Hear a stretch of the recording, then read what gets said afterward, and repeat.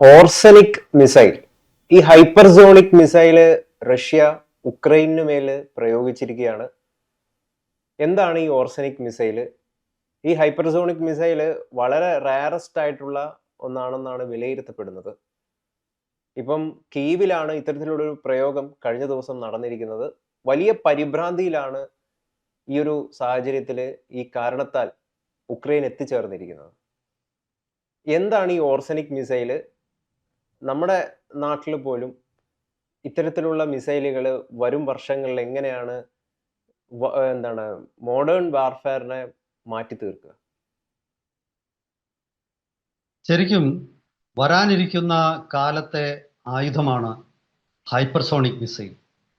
Hypersonic missile കൈവശമുള്ള രാജ്യങ്ങളായിരിക്കും ഇനി യുദ്ധത്തിലെ വിജയികൾ. നമുക്കറിയാം, ഓരോ കാലഘട്ടത്തിലും ലോകത്തിൻ്റെ യുദ്ധചരിത്രം എടുത്ത് പരിശോധിക്കുമ്പോൾ ഓരോ കാലഘട്ടത്തിലും ഓരോ ആയുധങ്ങളാണ് വിജയപരാജയങ്ങളെ നിർണ്ണയിച്ചിരുന്നത്. രണ്ടാം ലോക മഹായുദ്ധം ആയപ്പോഴേക്കും ഈ ലോകത്തിൽ യുദ്ധത്തെ നിയന്ത്രിക്കുന്നത് ടാങ്കുകളായിരുന്നു. ഏറ്റവും മികച്ച ടാങ്കുകൾ, അല്ലെങ്കിൽ ടാങ്ക് യുദ്ധത്തിൽ ഏറ്റവും മികച്ച രാജ്യമായിരുന്നു റഷ്യ, പഴയ സോവിയറ്റ് യൂണിയൻ. അതുപോലെ തന്നെ ജർമ്മനിയും അക്കാര്യത്തിൽ വളരെ മുന്നിലായിരുന്നു. അത് കാരണമാണ് ഈ രണ്ട് രാജ്യങ്ങൾക്ക് യൂറോപ്പിൽ വലിയ മുന്നേറ്റം ഉണ്ടാക്കാൻ കഴിഞ്ഞത്. പിന്നീടാണ് വിമാനങ്ങളുടെ കാലം വരുന്നത്. യുദ്ധവിമാനങ്ങളുടെ കാലം വന്നപ്പോഴാണ് അമേരിക്ക ലോകത്തെ നിയന്ത്രിക്കാൻ തുടങ്ങിയത്. ആദ്യം ഒന്നാം ലോക മഹായുദ്ധ കാലത്തൊക്കെ കാലാൾപ്പടയായിരുന്നു. അതുപോലെ രണ്ടാം ലോക മഹായുദ്ധത്തിലാണ് ആർട്ടിലറി, പീരങ്കികളും യുദ്ധത്തിൽ വളരെ നിർണായക റോൾ വഹിക്കാൻ തുടങ്ങി. പീരങ്കികളും ടാങ്കുകളും ഈ അടുത്ത കാലം വരെ യുദ്ധത്തിലെ വിജയപരാജയങ്ങളെ നിർണ്ണയിക്കുന്നതിൽ ഏറ്റവും പ്രമുഖ സ്ഥാനം വഹിച്ചിട്ടുണ്ട്. പക്ഷേ ഇപ്പോഴത്തെ ലോകത്തിൽ ഡ്രോണുകളാണ് ഈ സ്ഥാനം വഹിക്കുന്നത്. അതുകൊണ്ടാണ് ഏറ്റവും മികച്ച യുദ്ധവിമാനങ്ങളുള്ള അമേരിക്കയ്ക്ക് ഇറാനെ തോൽപ്പിക്കാൻ പറ്റിയിട്ടില്ലല്ലോ. അമേരിക്കയുടെ 40 യുദ്ധവിമാനങ്ങളാണ് ഈ ഇറാൻ യുദ്ധത്തിൽ പല കാരണങ്ങളാൽ നഷ്ടപ്പെട്ടതെന്നാണ് ഏറ്റവും ഒടുവിൽ വന്നിരിക്കുന്ന വിവരം. ഇപ്പോഴത്തെ യുദ്ധത്തിൽ ഡ്രോണുകൾ ഒരു വലിയ റോൾ വഹിക്കുന്നു. അതുപോലെ തന്നെയാണ് ക്രൂയിസ് മിസൈലുകൾ. ബാലിസ്റ്റിക് മിസൈലുകൾ തീർച്ചയായിട്ടും വലിയ ഒരു റോളുണ്ട്. പക്ഷെ ബാലിസ്റ്റിക് മിസൈൽ വളരെ ചെലവേറിയ ഒരു മിസൈലാണ്. അക്കാരണത്താൽ തന്നെ ഒരുപാട് ബാലിസ്റ്റിക് മിസൈലുകളൊന്നും യുദ്ധ മേഖലയിൽ പ്രയോഗിക്കാറില്ല.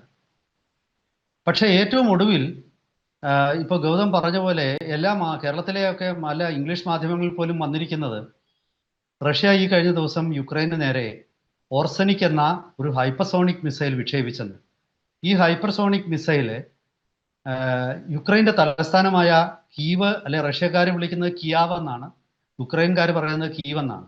നിങ്ങൾ ഏത് പക്ഷപാതിയാണെന്ന്? റഷ്യൻ പക്ഷപാതിയായ ആൾക്കാർ കിയാവ് എന്നേ പറയുള്ളൂ, യുക്രൈൻ പക്ഷപാതികൾ അത് കീവ് എന്നേ പറയുള്ളൂ. അങ്ങനെയൊക്കെയാണ് അന്താരാഷ്ട്ര തലത്തിൽ ആ ഒരു വാക്കിൻ്റെ ഉച്ചാരണത്തിന് പോലും വലിയ തന്ത്രപ്രധാനമായ സ്ഥാനമുണ്ട്.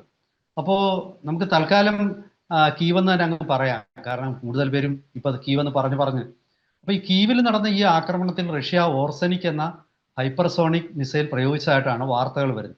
യഥാർത്ഥത്തിൽ അതൊരു ശരിക്കുമുള്ള ഹൈപ്പർസോണിക് മിസൈൽ അല്ല, അതൊരു ബാലിസ്റ്റിക് മിസൈലാണ്. അതൊരു ഇന്റർമീഡിയറ്റ് റേഞ്ച് ബാലിസ്റ്റിക് മിസൈലാണ്. അതായത് ഇന്ത്യയുടെ അഗ്നി 1 അല്ല, അഗ്നി 5 എന്ന് നമുക്ക് പറയാൻ പറ്റില്ല, അഗ്നി 4 യഥാർത്ഥത്തിൽ. അതുപോലുള്ള ഒരു മിസൈലാണ്. ഏതാണ്ട് 5000 കിലോമീറ്റർ വരെ റേഞ്ച് ഉണ്ടെന്നാണ് പറയുന്നത്. അപ്പോൾ ഈ മിസൈല് അതിൻ്റെ ടെർമിനൽ ഫേസ് എന്ന് പറഞ്ഞാൽ ഒരു ബാലിസ്റ്റിക് മിസൈൽ ആകാശത്തോട്ട് പോയിട്ട് അത് തിരിച്ച് ഭൂമിയുടെ അന്തരീക്ഷത്തിന് പുറത്തു പോയിട്ട് അത് തിരിച്ച് റീഎൻട്രി നടത്തിയിട്ട് ടാർഗറ്റിന് അടുത്തേക്ക് എത്തുന്നതിനാണ്, ലക്ഷ്യസ്ഥാനത്തേക്ക് അടുത്തേക്ക് എത്തുന്നത് ആ സമയത്തിനാണ് ടെർമിനൽ ഫേസ് എന്ന് പറയുന്നത്. ടെർമിനൽ ഫേസിൽ അതിന് മാക്ക് 13, ശബ്ദത്തെക്കാൾ 13 ഇരട്ടി വേഗത കൈവരും. അപ്പോൾ അങ്ങനെയുള്ള ഒരു ഹൈപ്പർസോണിക് വേഗത കൈവരുന്ന ഒരു ബാലിസ്റ്റിക് മിസൈൽ. ശരിക്കും നമ്മുടെ അഗ്നി മിസൈലിനെ ഈ റീഎൻട്രി നടത്തി ടെർമിനൽ ഫേസിൽ മാക്ക് 20 ഉണ്ട് വേഗത. മനസ്സിലായോ? ആ മാക്ക് 20 വേഗത ഇല്ല ഈ ഓർസനിക്കിന് മാക്ക് 13 തൊട്ട് 15 വരെയാണ് വേഗത. ആ ഓർസനിക്കിനെ തടയാൻ പറ്റി. മാത്രമല്ല, ഈ ഓർസനിക്കിന് ഒരു പ്രത്യേകത ഉണ്ടായിരുന്നു. MIRV ടെക്നോളജി ഉള്ളതാണ്.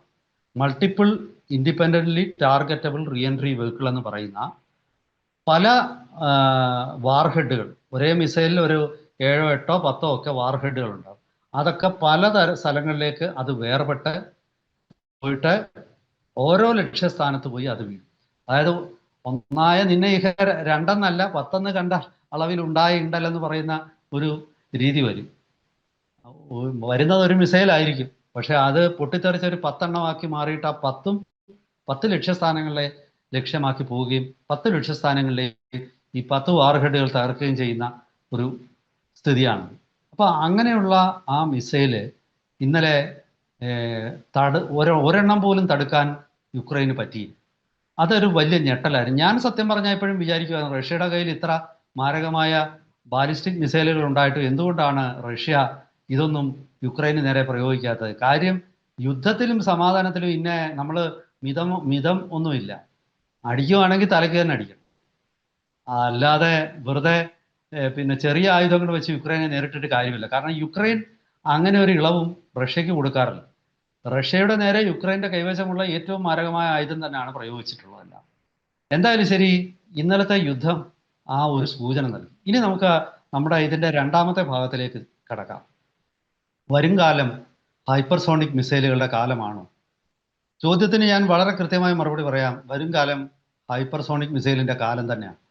നമ്മൾ മനസ്സിലാക്കേണ്ട ഒരു കാര്യം, ഹൈപ്പർസോണിക് എന്ന് പറയുന്നത് മാക്ക് 5-നും മുകളിൽ വേഗതയുള്ള ഒരു മിസൈല്. മാക്ക് 3-നോടടുപ്പിച്ച് വേഗതയുള്ള ഇന്ത്യയുടെ ബ്രഹ്മോസ് തടുക്കാൻ പാകിസ്ഥാന്റെ കൈവശമുള്ള ചൈനയുടെ ഏറ്റവും ആധുനികമായ മിസൈൽ പ്രതിരോധ സംവിധാനത്തിന് പറ്റി.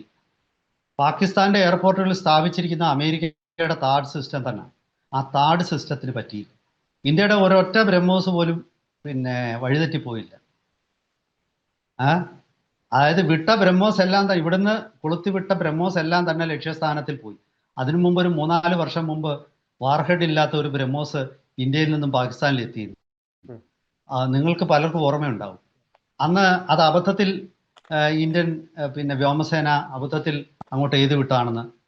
കേരളത്തിലെ മാധ്യമങ്ങളൊക്കെ അന്നേരം ഇരുന്നുകൊണ്ട് ചിരിച്ചു. ഇന്ത്യൻ വ്യോമസേന വെറുതെ അവർക്ക് ഒരു മിസൈൽ പോലും വേണ്ട രീതിയിൽ ആവശ്യമില്ലാതെ തന്നെ അതങ്ങ് ലോഞ്ച് ചെയ്തല്ലോ എന്നൊന്നും പറഞ്ഞ് കളിയാക്കി. ഇതൊന്നും അങ്ങനെ അല്ല. യഥാർത്ഥത്തിൽ പാകിസ്ഥാന്റെ ഒരു തയ്യാറെടുപ്പിനെ പരീക്ഷിക്കാനായിട്ട് ഇന്ത്യ ബോധപൂർവം തന്നെ ചെയ്തതാവണം.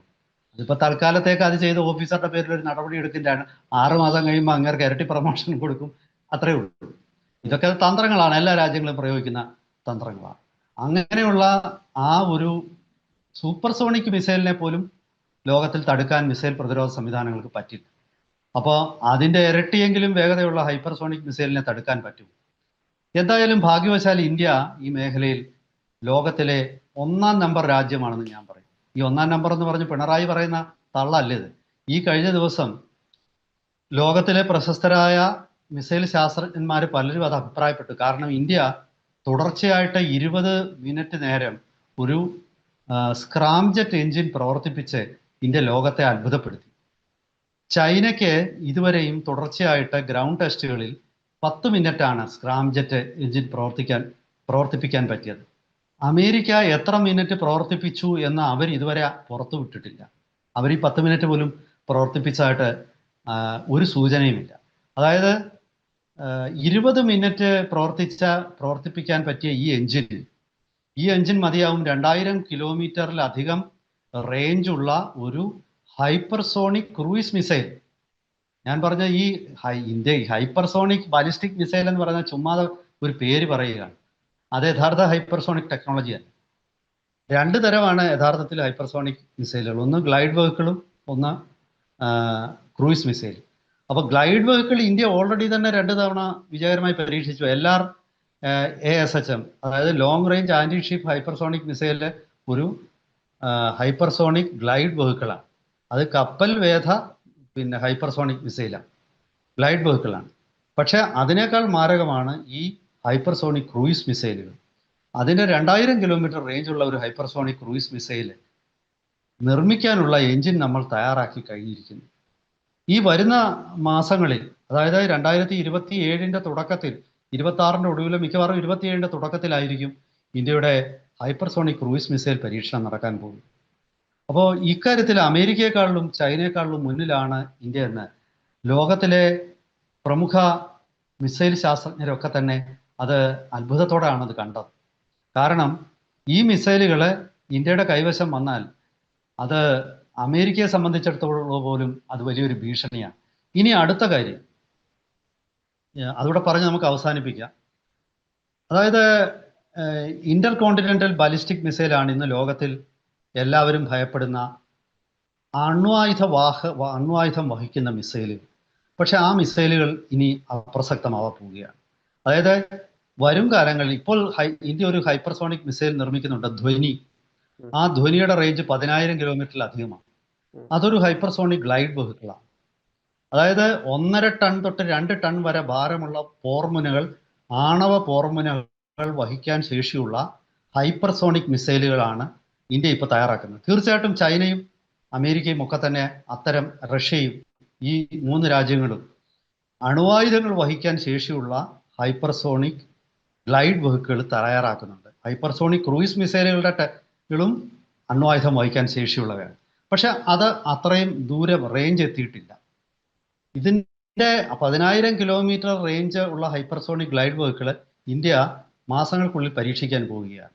ഇതായിരിക്കും ഈ മേഖലയിലെ ഏറ്റവും പ്രധാനപ്പെട്ട ആയുധം. അതായത് ICBM അല്ല, ആകാശത്തു നിന്ന് വിക്ഷേപിക്കുന്ന പിന്നെ വിമാനത്തിൽ നിന്നും വിക്ഷേപിക്കുന്ന ബോംബുകളും ന്യൂക്ലിയർ ബോംബുകൾ വഹിച്ചുകൊണ്ടുള്ള മിസൈലുകളല്ല. ഒരു പരിധി വരെ സബ്മറൈൻ ലോഞ്ച്ഡ് ബാലിസ്റ്റിക് മിസൈലിന് പ്രസക്തി ഉണ്ടാകും. പക്ഷേ ഇനി വരുന്ന കാലത്ത് യുദ്ധത്തെ നിയന്ത്രിക്കുന്നത് ഒരു കാരണവശാലും ഒരു മിസൈൽ ഡിഫൻസ് സിസ്റ്റത്തിനും തടുക്കാൻ പറ്റാത്ത അൺപ്രഡിക്റ്റബിൾ ആയിട്ടുള്ള ട്രാജക്ടറി എന്ന് പറയുന്ന ഉള്ള ഹൈപ്പർസോണിക് ബാലിസ്റ്റിക് ഗ്ലൈഡ് വെഹിക്കിളോ ഹൈപ്പർസോണിക് ക്രൂയിസ് മിസൈലോ ആയിരിക്കും. അതായത് നിങ്ങൾ ഇന്ന് കേൾക്കുന്ന ന്യൂക്ലിയർ ട്രയാഡ്, ആ ന്യൂക്ലിയർ ട്രയാഡ് ഉണ്ടെങ്കിലും കാര്യമില്ല. 4ാമത് വരാൻ പോകുന്ന ഈ മിസൈലായിരിക്കും ഇനി ലോകത്തിലെ ഒരു 10 കൊല്ലം കൂടെ കഴിയുമ്പോൾ ലോകത്തിലെ ആണവ യുദ്ധത്തെ, അണ്വായുധം ഉണ്ടെങ്കിലും കാര്യമില്ല, ഹൈപ്പർസോണിക് മിസൈലൂടെ വേണം. അണ്വായുധം വഹിച്ചുകൊണ്ട് പോകാൻ ശേഷിയുള്ള ഹൈപ്പർസോണിക് മിസൈൽ വേണം. അണ്വായുധം വഹിച്ചുകൊണ്ട് വരുന്ന ബാലിസ്റ്റിക് മിസൈലിന് ഹൈപ്പർസോണിക് സ്പീഡ് എടുക്കാമെങ്കിലും അതിൻ്റെ ട്രാജക്ടറി പ്രഡിക്റ്റബിൾ ആണ്. ആധുനിക മിസൈൽ പ്രതിരോധ സംവിധാനങ്ങളിലെ ആൽഗരിതത്തിന് നിശ്ചയമായിട്ടും അതിനെ തടുക്കാൻ പറ്റും. മാക് 20 വേഗത്തിൽ വന്നാലും തടുക്കാൻ പറ്റും, മാക് 25 ആണെങ്കിലും തടുക്കാൻ പറ്റും. പക്ഷേ ഹൈപ്പർസോണിക് ഗ്ലൈഡ് വെഹിക്കിളും മാനുവറബിൾ ആണ്, അതുപോലെ തന്നെ ഹൈപ്പർസോണിക് ക്രൂയിസ് മിസൈലും മാനുവറബിൾ ആണ്. ഈ 2 ഹൈപ്പർസോണിക് വേഗതയിൽ വരുന്ന ഈ 2 മിസൈലുകളായിരിക്കും വരും കാലത്തിൽ ആണവ യുദ്ധത്തിൻ്റെ പോലും ശക്തിയുടെ അടിസ്ഥാനം. ഈ മാറ്റത്തെ നമുക്ക് ഒരുപക്ഷെ ഇന്ത്യക്ക് സന്തോഷം തരുന്നതാണ്. കാരണം ഈ ടെക്നോളജി മറ്റു രാജ്യങ്ങളെ അപേക്ഷിച്ച്, ഈവൻ അമേരിക്കയെ അപേക്ഷിച്ച് പോലും ഇന്ത്യ മുന്നിട്ട് നിൽക്കുകയാണ്. കൂടുതൽ വിശദാംശങ്ങളും അവലോകനങ്ങളുമായിട്ട് വരും ദിവസങ്ങളിൽ നമുക്ക് പ്രേക്ഷകരെ സമീപിക്കാം. അതുവരെ എല്ലാവർക്കും നമസ്കാരം.